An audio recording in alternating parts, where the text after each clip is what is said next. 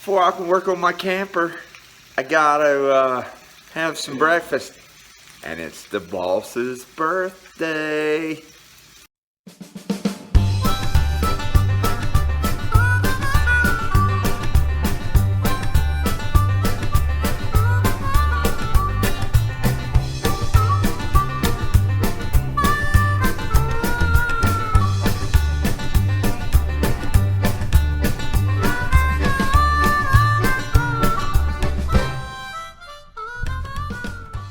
Alright guys, it's been kind of a hard week for me. Hard week in the sense I really just haven't felt good. And today felt the best I felt in a few days, so I just decided to come out here. I've been meaning to put my acrylic on my camper, and I just haven't done it. So let me show you what I've done, and you guys tell me what you think.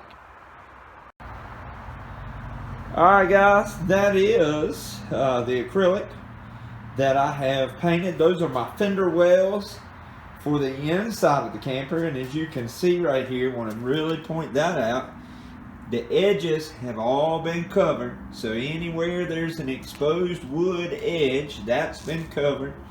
That's going to get painted over, and that's going to be with some exterior Tough Guard, Tough Shield exterior paint. I gotta go tomorrow and get my paint. That is my camper. Now here's the interesting thing guys on the camper right here was let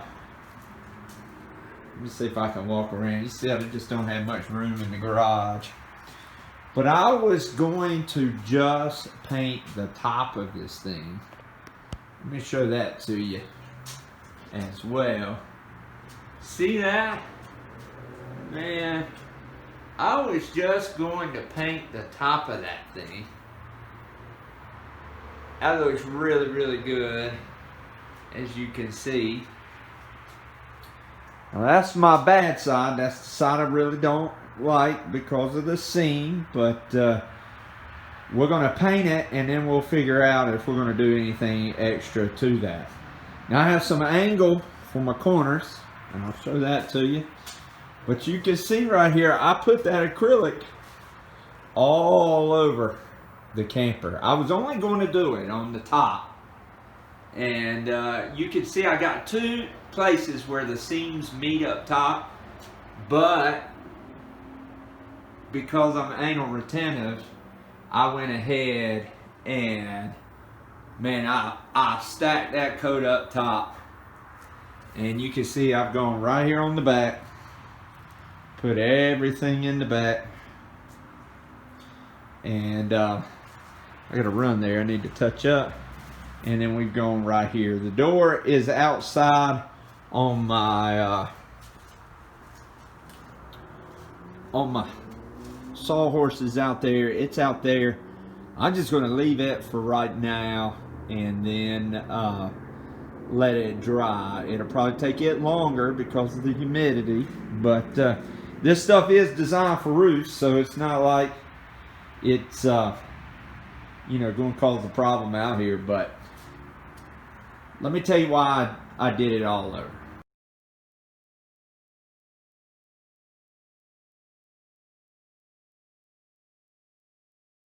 Alright gang, getting ready to head to the birthday dinner with the boss, and just wanted to show this to you. See if still haven't, you know, got my wheel wells over there. Doggone sun is shining through here, but here you see the wheel wells.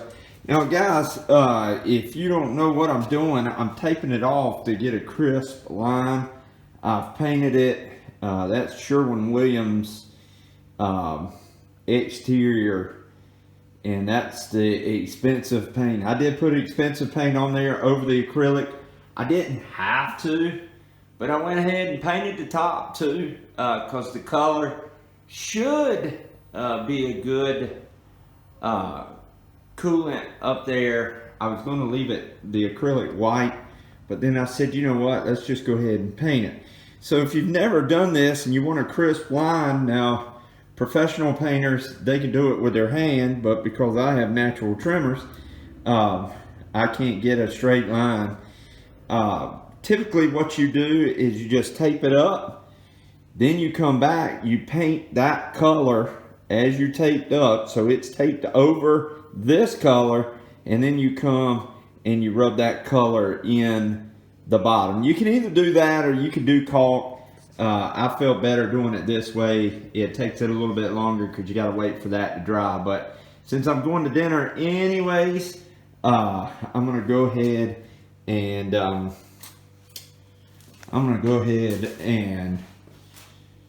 call it a day. The only thing I don't like about this tape, and I'm using 3M tape, which I pretty much use for all my projects, is it's bubbling up today, and I don't know why it's doing that.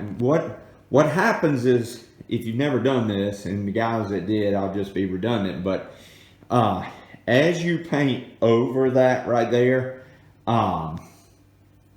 that paint seals the bottom. And as it seals the bottom, then when I come with my black paint that I'm painting down here on the bottom, that black paint will not go up, so you won't have those specks, like specks of black.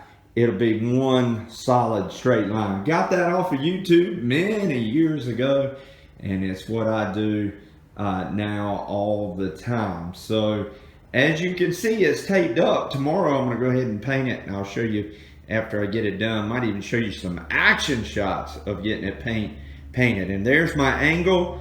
We're just going to go right up there, down the back, down the sides, and if we have enough, we'll go right here and on the top, or at least on the top up there, get it nice looking. But that's where we're at, so we're gonna call it a day. I'll see you tomorrow. All right, guys, there you see it. The paint is on, and you can see this side is the side that I didn't like, but we'll take that and go with it. It's the front. Just did a little kind of triangle to a point up there in the middle, and then the side over here. So looking good. I like it, and I think it looks pretty cool. We're gonna get some graphics and lettering, and once we do that, that'll get us done. These are the wheel wells. Now, as you can see, I didn't paint the back there because the carpet's going to go on top of that. That'll set in over the wheels. We'll attach that via both liquid nail and also some screws. And then we've painted the door. This is actually the inside of the door, and we painted it. And we've cut a header board for above the door, and we're going to paint that on both sides. We've only painted on one so far, but we're going to let the inside of that door dry, and that's it for our painting.